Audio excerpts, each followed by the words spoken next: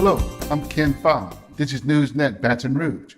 Grab yourself a tea or coffee as I go over headlines and news from our local area and region. Mayor President Sharon Weston Broome issued a statement concerning how the city parish will make adjustments to its trash pickup schedule because of recent traffic congestion on Louisiana Intracoastal Bridge in West Baton Rouge Parish. Ever since a large dump truck collided with the bridge on March the 19th, the southbound lane of the Mississippi River Bridge has been closed as DOTD work crews attempt to repair the damage. This has caused traffic congestion on LA1 north of I-10 and major delays on I-10 as it passes into and through Baton Rouge. Therefore, Mayor Broome says the city parish will have to make some adjustments to trash collection because residents of East Baton Rouge Parish have been experiencing delays in their garbage and trash pickup service. She advises Baton Rouge residents to report all missed services by calling 311 and to leave the garbage cans out until they are actually serviced. Republic Services is the company that collects trash, and it is aware of the situation. Republic Services is working with the city parish on a plan of action to further alleviate the service delays during this period of extra traffic congestion.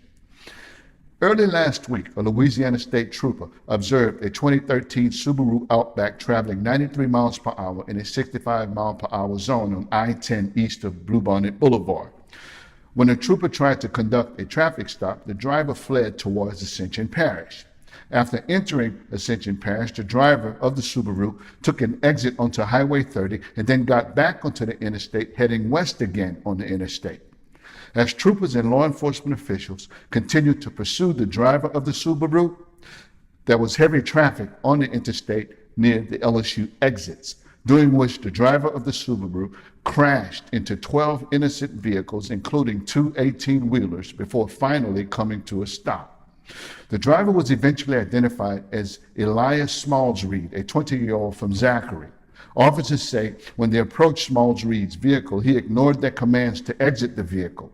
They eventually discovered he had a large knife and narcotics in his vehicle. He was arrested and taken to a local hospital to be treated for his minor injuries. Mr. Smalls-Reed told police officers that he did not even know where he was at the time and that he didn't remember any of the car chase that had just taken place before he was arrested. Officers suspected he was substantially impaired with drugs and/or alcohol, and he was charged with 12 counts of aggravated criminal damage to property, second offense DWI, driving with a suspended license, reckless operation, 12 counts of hit and run, resisting an officer, aggravated flight from an officer, possession of drug paraphernalia, speeding, and driving without insurance. You may recall that a man was shot and killed in Baton Rouge on New Year's Eve in 2018. The victim was identified as a Tyree Jackson, a 25-year-old male. Well, an arrest has finally been made, and the Baton Rouge Police Department has announced they've arrested Joshua White, a 31-year-old, for the shooting death of Tyree Jackson. Although the motive was still unknown, White has been charged with first-degree murder.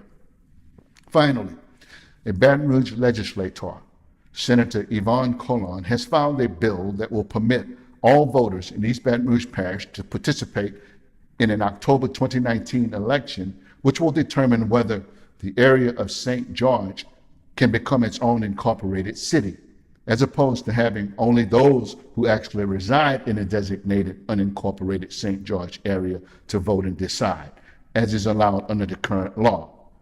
Her bill will provide for an exception to the current law to provide that parishes with a population of more than 440,000 residents can have all of its residents of the parish vote to decide. East Baton Rouge Parish would meet this criteria under her proposed new law if it passes. So, the battle over whether St. George will be allowed to become its own city is beginning to rage. I will keep you posted, so stay close.